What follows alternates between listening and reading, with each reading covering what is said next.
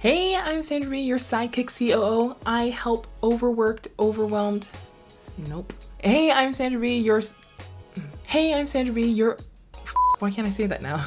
Hey, I'm Sandra B, your sidekick COO. I help overworked, overwhelmed, multi-hatted entrepreneurs like you become CEOs of your very own sustainably scalable and powerfully profitable business through proven business tips, practical processes, and a touch of tough love. Heavy on the love. Don't forget to like and subscribe. Let's go. So, if you don't have anyone on your team right now, what is the first role you should hire for?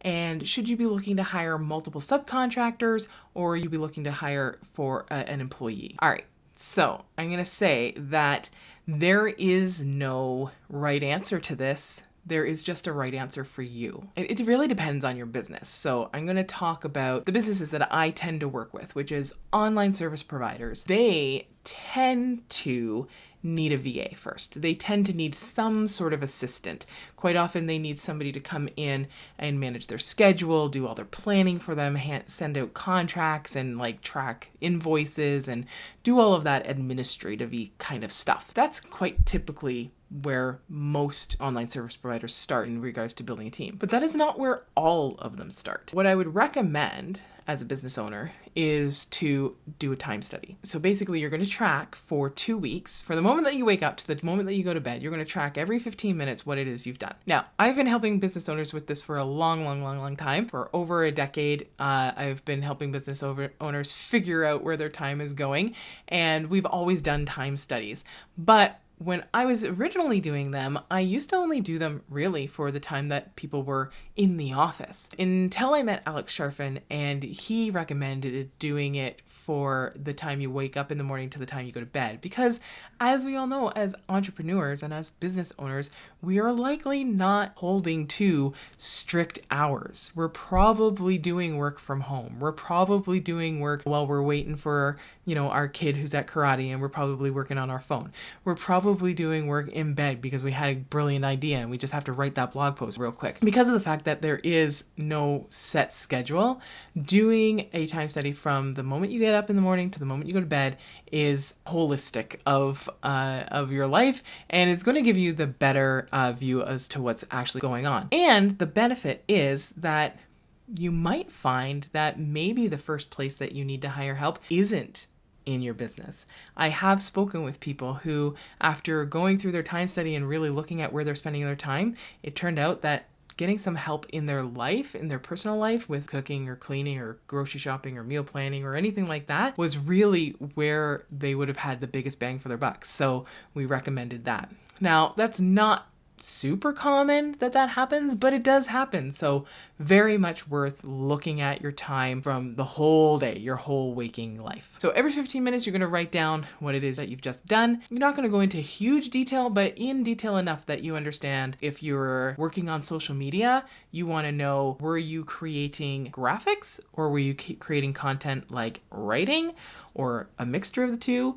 Or were you doing the strategy bit, or were you just loading stuff? Or were you scrolling the endless scroll and not actually doing any work?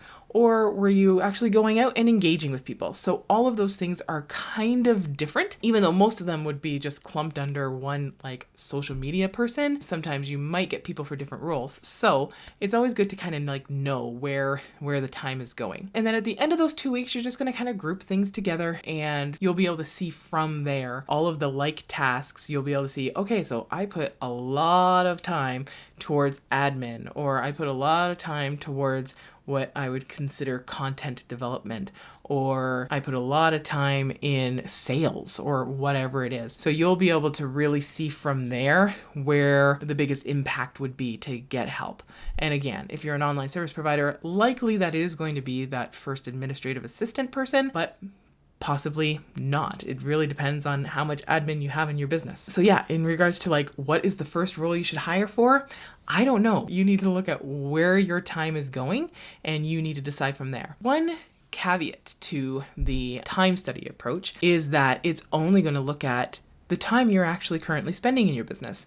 So before you make a decision based solely on that time study, I want you to also think about the work that is not being done. What are all the things that are on that back burner that could be getting done if you had help. Just factor that in a little bit, especially if there's any money-making opportunities, revenue-driving opportunities in that area. See, like, if there's any work that would be involved in that, that would also affect like who you might hire. So like if you're very close, like admin versus social media, which it would be weird that you would, but if that was the case, but you can see that if you had an administrative assistant, you could also be able to do X, Y, and Z, then that should tip the scales in favor of an assistant. Obviously your time study, that's what you're doing right now. That is your revenue generating activities right now. That is your administrative activities right now. That's all of the stuff that you're doing right now. And that is all important, obviously. And that is the bulk of what you're going to be looking at.